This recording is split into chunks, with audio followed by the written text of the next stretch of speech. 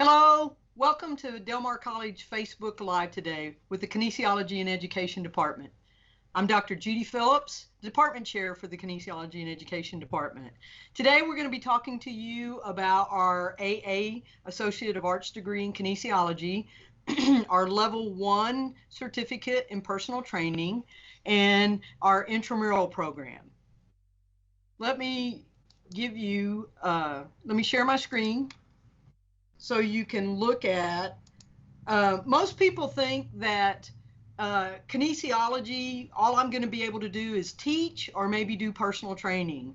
And I would like to challenge you to think beyond that and think more of, if I like math, well, maybe I can be a sports statistician. Or if I like engineering, well, maybe I can design equipment, or maybe I'm more of a safety equipment engineer. In other words, the development of helmets, all the different types of activities that require helmets. Each one of those has their own special design to protect our noggin in there. Or maybe most people don't think about refereeing or umpiring as a career. But if you can do that in a couple of different sports, then you can work all year long and make some really, really good money. Or you can do it as a side activity and make money on the side. People don't think about cruise ships and resorts as having somebody who is their activity or recreation director. So when you start thinking about kinesiology, we really encompass a lot more than just teaching and coaching. We step into a lot of different areas such as biomechanics, sports psychology, exercise physiology, cardiac rehabilitation, recreation, dance. Even in the health industry, we have a place. So I challenge you to think a little more of outside of the box. Now, all of these programs, well, if you can get a start for all of these programs here at Del Mar College. So let me talk a little bit about our degree plan. Every Associate of Arts degree or Associate of Science degree has a 42-hour core. For that matter, every bachelor's degree will have 42 hours that are general education courses that everyone has to take. It doesn't matter if you are an English major. It doesn't matter if you are a psychology major, a government major, a history major. There are 42 hours of general education courses that everyone has to take. Within those 42 hours, there is some flexibility. Certain programs will want you to take certain courses. Certain programs may not have a specified course that they would like for you to take. For our area, if you're looking at the core requirements for an AA degree in kinesiology, what you will need are 6 hours of communications. And what we recommend is that you take English 1301 and 1302. Then there are 3 hours of an area called language, philosophy, and culture. And for us, any of the courses that fit into that area are okay with us. We don't have a specified requirement or suggestion. You're required to have 6 hours of life and physical sciences. And this is where we do have a very strong recommendation that all kinesiology majors take biology 2401, which is anatomy and physiology 1, and biology 2402, which is anatomy and physiology 2. Now, these courses are 4-hour courses, but that's okay because the 2 extra hours will go down into another area called the component option area, and I will get to that in a minute. You're also required to have 6 hours of history. And while we don't necessarily have a recommendation, I do want you to think about this. If you're planning on teaching, it is a good idea to take Texas history simply because that is information that will be tested on an exit test, which is a test that you will need to pass in order to get certified. You're required to take 6 hours of government, and I did not list them here, but there are no choices other than government 2305 and 2306, which one is Texas government and one is federal government. You're required 3 hours of math. And again, we don't have a specified preference on whether you take college algebra or whether you take elementary statistics or contemporary math. There are 3 hours of a social behavioral science. And again, we are not really concerned about which one you take. We typically recommend general psychology, but there are other options there that may suit you better depending upon what you are trying to do. There is 3 hours of creative arts, which we recommend dance appreciation, which is in our area, but it is not required. Then the last 6 hours are in a component area, option area, which are where the 2 hours of the biology labs will come in. We do recommend a 1 hour kinesiology course to offset those 2 hours of biology labs, Kinesiology 1164. And then we recommend you take one of the 3 speech classes, 1311, 1315, or 1321. When you complete this core, when you complete these 42 hours of core, they will transfer anywhere in the state of Texas to a university or to another community college. They will transfer in total, those entire 42 hours will transfer to a university if you complete that core. Now, I just have learned that if you don't complete the core, then that university may require you to take some specific other courses. So my recommendation is that you make sure that you complete those 42 hours here at Del Mar before you transfer to another university. The remainder of your degree, which is a 60-hour degree, comes from what are considered professional courses. These are kinesiology specific courses.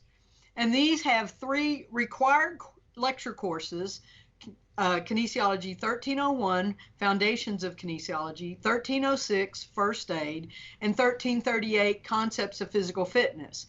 These 3 are required of every kinesiology major.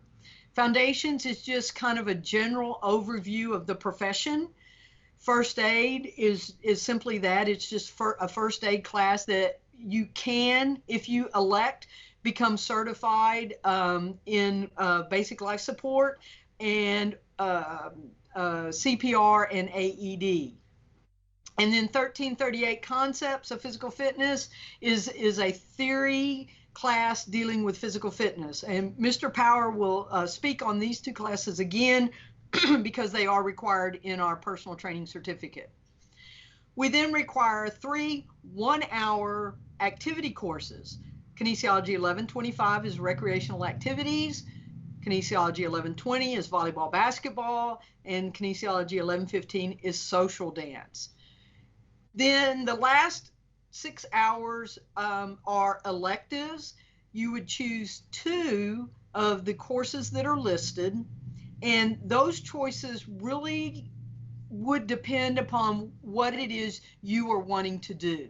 For example, if you were wanting to go into teaching and coaching, my personal recommendation is officiating and track and field. My second recommendation would be health and lifestyle. If you were wanting to go into the recreation field, then obviously recreational leadership would be a recommendation, and depending upon what aspect of recreation you were going into, it might be officiating, or it might be drug use and abuse, or it might even be health and lifestyle. So those 6 hours, those electives are there to help you design your associate's degree to be a better fit for you. All you need to do in order to come to Del Mar and be a kinesiology major is to go through Apply Texas, which there is a link on Del Mar's website that will get you straight to the application process.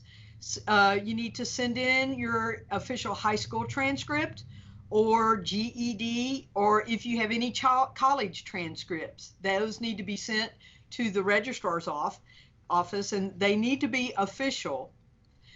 And you need to have assessment testing scores, which if you have been in college, that may just be the TSI. If you are just starting college, that will be the TSI A2, I believe.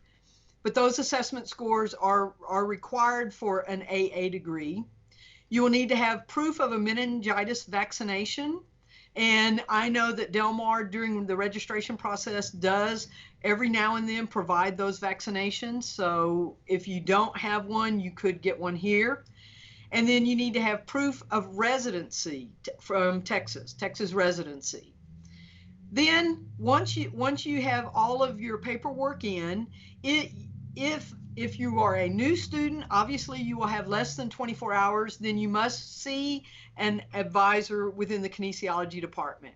We recommend that you see an advisor every semester of your college career, just to make sure you stay on track and that you don't get lost or get off into taking some courses that you don't really need, or taking more courses than you need.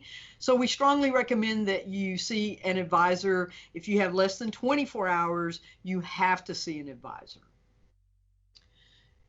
So I'm now going to turn this over to Mr. Power. He is going to speak to you about our personal training certificate. Yeah, thank you, Dr. Phillips. I appreciate that. And I want to thank everybody for tuning in this afternoon for this session. Hopefully we can get you some valuable information that will help you make some decisions and give you some good info about kind of the things that we do here in our department. As Dr. Phillips said, my name is Gene Power. I am a professor of kinesiology here at Del Mar. I've been here, this is my 26th year here at Del Mar, out of 43 total in teaching. So been around a while, and done a lot of things. And one of the things that I have become very, very involved with here in just the last couple of years, of course, is this personal training certification program, this level 1 certificate that we have begun offering. We just started our first group through actually in January of 2020. And so with the pandemic and some of those things that happened, there were definitely some changes made, some interruptions, but we're continuing to get people through this program. Let me say right off, a lot of times there's a misconception about this particular certificate program. When you come through this 16-hour program, you're not going to come out of it being certified as a personal trainer. What we're doing is we're giving you an educational credential that is going to prepare you to take any of the national certification exams. And the ones that we emphasize the most are the National Strength and Conditioning Association, the American College of Sports Medicine. Those kind of, to me at least, are more or less the big league of these credentials, these certification programs. But there is a whole alphabet soup of other certificates out there that you can sit for. The point being is, if you're really serious about being a personal trainer and working in a health club, a fitness center, in corporate fitness, the military has programs that they have fitness directors for different military bases. You're going to have some kind of certificate. You're going to have some kind of background there that is going to show that you've done the things that you need to do, that you have the background, that you have the knowledge to be somebody's basically personal fitness coach. And so it's called a level 1 personal training certificate. It is an educational credential that we're giving you that prepares you for being able to do or being able to test for any of these other certification organizations. All that being said, Dr. Phillips, if you'll go ahead and throw that degree plan up.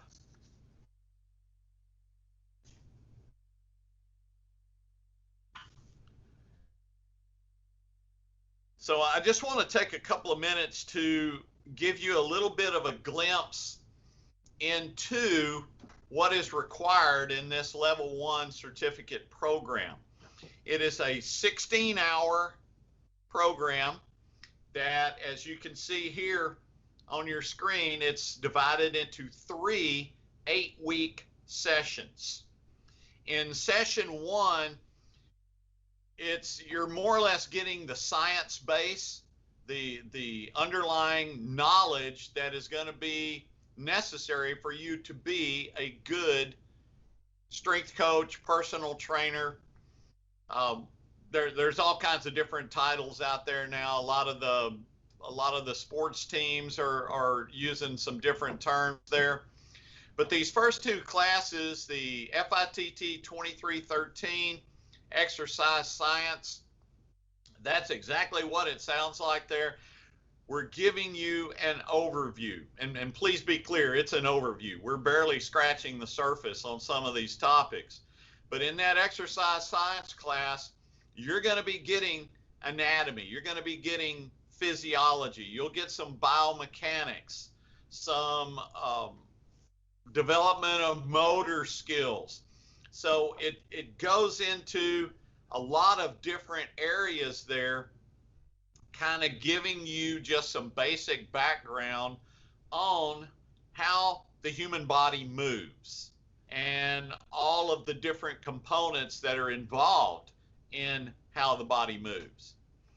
In the Kinesiology 1338 class, Concepts of Physical Fitness, this class is also required, as Dr. Phillips said, in our basic kinesiology program. And this is where we kind of spin off of that exercise science class and look at more or less application of those sciences into movement. And for those of you who don't know, the definition of the word kinesiology, this is Department of Kinesiology. Kinesiology means the study of movement. My approach in teaching that concepts class is it's the study of quality movement. How well do you move? And philosophically, this is something that you're seeing a bit more of a trend of in the fitness industry. In the past, we just told people, hey, eat less, exercise more, you'll be healthier, or you'll lose weight, or whatever it is. And what we try and communicate in this concepts class is the quality of your movement is much more important. We want you to move well before we ask you to move more often. And so I really emphasize that component in that class. We do a lot of movement screening, where we basically we go through a series of different movement patterns that I'm going to look at in terms of functionality of movement. Are they authentic, natural, instinctual movements that the human body was meant to be able to do? When we look at those functional movements in terms of their quality, how well do you move right now?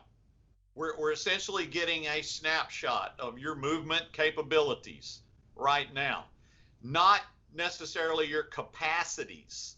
That's going to come later on. There's all kinds of fitness tests that you can do, but Here, we're specifically looking at your movement capabilities, your quality as opposed to your quantity. And so that concepts class is kind of a unique class in that sense. But that first session there, the first 8-week session with those two classes really establishes the science base, the knowledge base that we're going to build off of all through this program. In the second session, and you can see the classes listed there, we start moving more now into some of the application of some of these concepts that we learned in that first 8 weeks. The Kinesiology 1164, Introduction to Physical Fitness and Wellness. This is a general physical fitness class. We do movement screening in there as well, but then we're going to start doing actual training. We're going to look at, okay, how are we going to make changes not only in somebody's quality of movement, but their quantity of movement. So competency and capacity. The FITT 1237, one of my favorite classes to teach, the personal training class, that's where we start getting into actual program design. And so again, we're taking that knowledge base that we achieved or gained in those first two classes in session 1. Now we're going to start applying them. How do I arrange and organize a fitness program for specific individuals that's going to allow them to achieve their greatest capabilities in terms of quality of movement and also quantity? So that personal training class is a lot about program design. The KINE 1306, first aid, Dr. Phillips mentioned that. The big thing about that is for those that choose to do it and take the testing on that, you will come out of there with the American Heart Association first aid certification in CPR and AED, which, if you're going to get a job as a personal trainer, that's going to be one of the minimum requirements that you're going to have. You're going to have to be certified through some organization, but you're going to have that CPR AED certification as well to be able to work in most facilities anywhere in the state or the country for that matter. In the third session, we get into the FITT 1164, which is the practicum, and this is the actual hands-on experience that we're going to give you in terms of you becoming a good personal trainer, strength coach, whatever it is, whatever goal it is that you've set for yourself.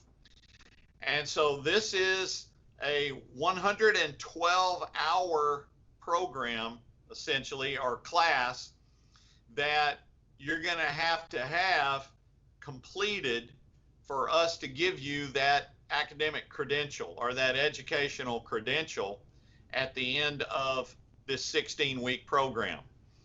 That 112 hours, and a lot of people many times confuse this like, well, okay, it's an internship. Well, no, it's not. There's some distinctions there between a practicum and an internship. They have a lot of similarities, but there's a lot of differences as well. And basically what we've kind of evolved to with that 112 hours, you are going to be doing a minimum of 40 hours of observation out in the industry itself. So you would be doing observation hours maybe at a local health club, or maybe you know somebody that is a personal trainer or a strength coach. You might go back to your high school and work with the off-season program, or observe the coaches working with the off-season program, something like that. So minimum of 40 hours there. You're going to be doing a minimum of 30 hours of online personal training, one-on-one, with volunteers from our academic community here at Del Mar, or that's who we've been using. We have faculty and staff who have volunteered to be involved in this program. And so we hook up each of our trainers with 2 or 3 different volunteers, and they train them at least twice a week for an hour each session in an online environment. And which is obviously, that's not what we had intended for it to do, but because of the continuation of the COVID and all of that, then that's kind of how it has evolved into being. We do have you come up one time and do a one-on-one session with one of your clients, and that's more or less your final exam, where I'm going to sit there and watch you do your personal training session with that client, and I'm going to evaluate you on all the things that you did with that individual, and hopefully point out some things, obviously, that that you could do better. It's not just you coming up for a grade. It should be a learning experience for you, really, as any test should be. We have 20 hours of that 112 are actually going to be classroom participation with the other members of that practicum class. We initially had to do this completely online. This past semester, we were able to bring people in in small groups, which we only had a couple of people, and so we were able to do some face-to-face, and hopefully we've got a practicum group coming up this summer that we'll be able to do more face-to-face work with them, because I do feel like that's a better learning situation than trying to do all this online.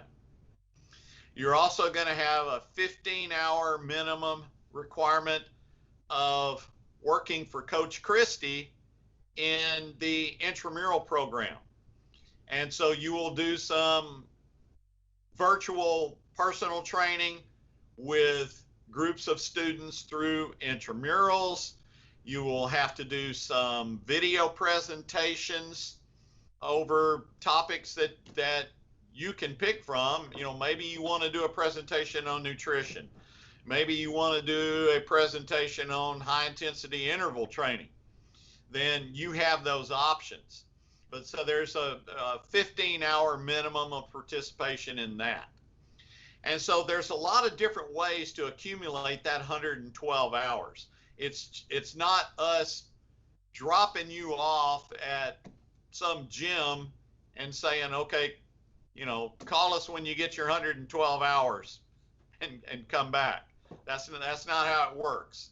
We're going to give you a very wide-ranging experience to get you better prepared, so that when you do get out of this program and you go out and you take whatever certification exams that you want to take, then you'll be ready. You'll be prepared, and nothing is going to be a big shock to you, because you'll have done a lot of things. You'll have done face-to-face training. You'll have done virtual training. You'll have some background. You'll have knowledge of CPR, AED. You'll have some legal knowledge as well. We have guest speakers come in and talk about some of the legal aspects, some of the things in terms of liability when you're training clients. So it's a very wide-ranging experience throughout this, but particularly that practicum class. Right Coach now, Howard, I want to turn. we Yeah, have go a ahead. quick question here. Do you Yeah, have to have CPR certification to take the test? Can you talk a little bit about that? for most of the certification tests,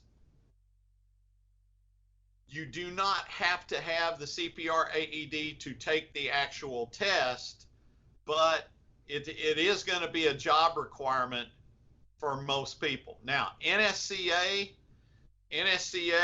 you've got to be with membership and all that. Then yes, you do have to be CPR certified with NSCA to maintain your certification with continuing education with CEUs over the course of time. But for most of the tests, no, you don't have to. There's another question, and this one might be for you, Judy. Uh, is Del Mar requiring proof of COVID-19 tests in the fall? No, we will not be requiring proof of COVID-19 test or vaccinations for the fall. That has not been discussed, and so it will not be a requirement. Okay, if there's no other questions on any of these classes or anything that I've talked about, I want to go ahead and turn this over to Coach Christy Urbick, and she's going to address that FITT 1301 class because that's her specialty, the exercise testing. And then she'll also move into the intramural program, which I have mentioned, and she'll address some of the things that we're doing with the personal trainers and intramurals, but also give you an idea about all of these great activities that she has planned for the intramural and recreational sports program here at Del Mar. So, Christy, take it away. All right, thank you, Coach Powers. And again, we encourage you, if you have any questions, to please type them out, and then we'll answer them throughout the presentation. Again, my name is Christy Urbick, and I'm an assistant professor here at Del Mar College, and I'm also the intramural sports director.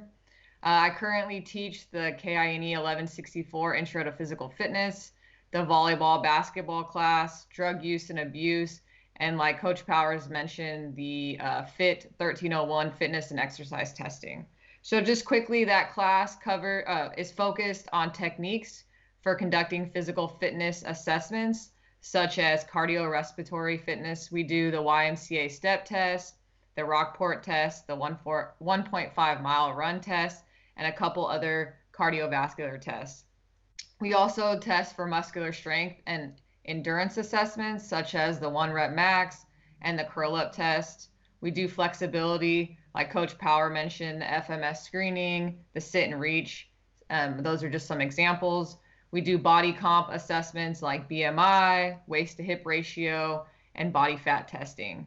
So what you would do in that class is we'll participate in these activities, we'll practice them, and then because we're in a hybrid format where we're doing some of the class face-to-face and some of the class online, you'll be creating videos and demonstrations of these assessments. And the students really enjoyed those this year, and they came out really well. So they are a lot of fun, and I will help you with whatever you need. In addition to that, I'm also the intramural sports director here on campus. And this semester for the fall, we did everything virtually, and we provided a lot of different fitness activities and sporting activities for students to participate in. So really the goal of the intramural sports program is to provide students, faculty, and staff with a variety of recreational sports and activities. Obviously, again, we had to do this all online, but we still were able to offer a lot of different types of activities. We select activities based on popularity that enable participants to make new friends, stay physically active, and improve their personal health. We also believe that participation in intramural sports will allow individuals opportunities to improve teamwork as well as communication and leadership skills. So I'm just going to quickly share my screen and show you the website that we have. So on here, you can see we have the intramural sports program, my contact information here if you have any questions, and then just talks a little bit about the intramural sports program and what we're offering in the spring. And then down here, and I'll go over this a little bit more too, but we have We offered Zumba. These would be the links that you would take to go to these live Zumba sessions. We had yoga challenges such as the lizard pose or the elephant pose. And if you click on these, it will take you to a YouTube video where you can watch these yoga challenges and participate. We also have a spring schedule that just kind of talks about all the different activities that we did.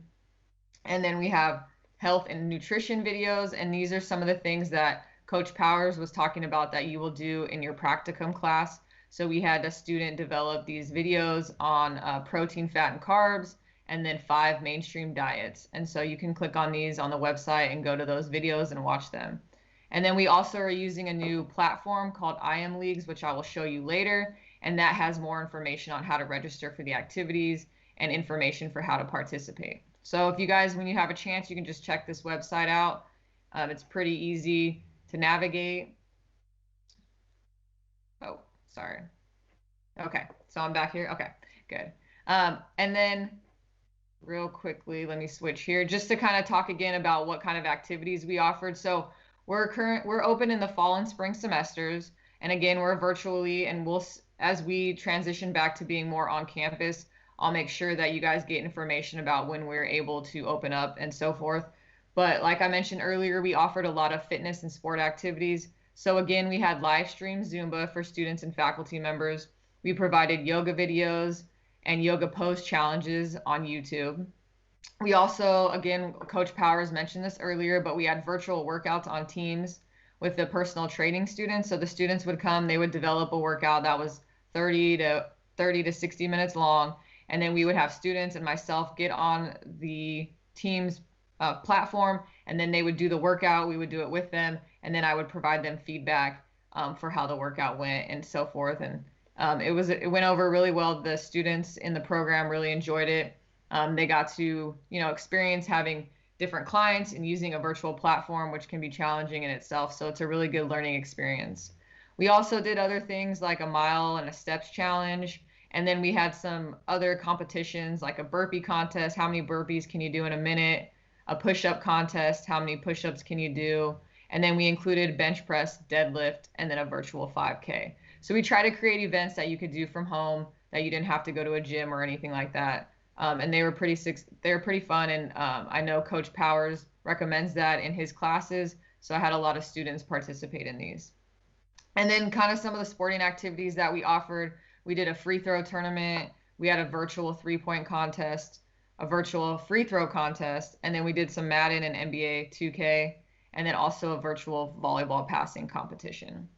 So in addition to offering these activities, we also have different facilities on campus. So if you have not been on campus, or since we're not really on campus yet, but we do have an indoor pool. We have a fitness facility that is open for students. And I will give you guys that information as it comes available. We have a gymnasium where you can play volleyball, basketball, pickleball, and badminton. We have tennis courts, a 1/8 track, which means you go around it 8 times, and that equals a mile. And then we also have racquetball courts. So I'm going to again share my screen and show you the IM website where you can go on there. Hopefully I'm still logged in.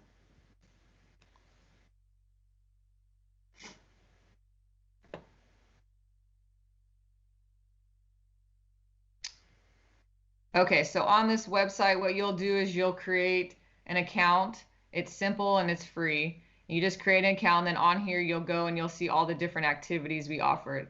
So up here, we'll again talk about Del Mar College and the intramural sports program. Coming down here, you have, again, the events I talked about, like the free throw tournament, the virtual 3-point contest.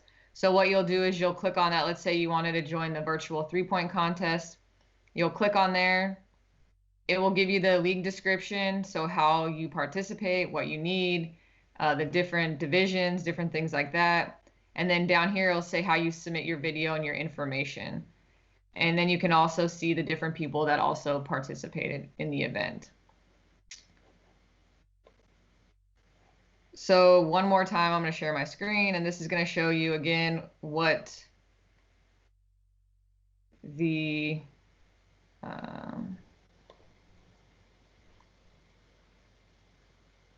what the form will look like that you'll need to fill out.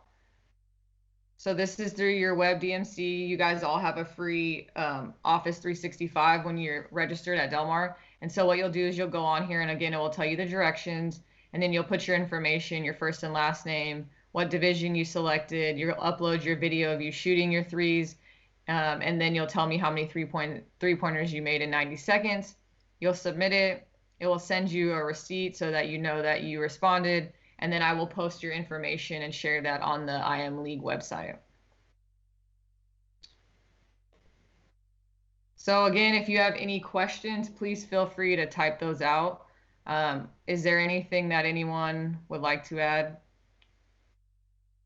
Judy or Dr. Phillips or Coach Powers? Yes, let me give them, if they need more content, more information about any of our programs, feel free to contact us at 698-1334. That's our main office number. And if you have specific questions, you will be directed to the faculty member that can give you the best answer. Want to thank you guys for joining us today. I would like to thank Roland and Robert for assisting us in producing this Facebook Live event. Once we are back on campus full force, we would love for you to stop by and participate, play, or even if you just want to come say hi. Thank you guys, and have a great afternoon.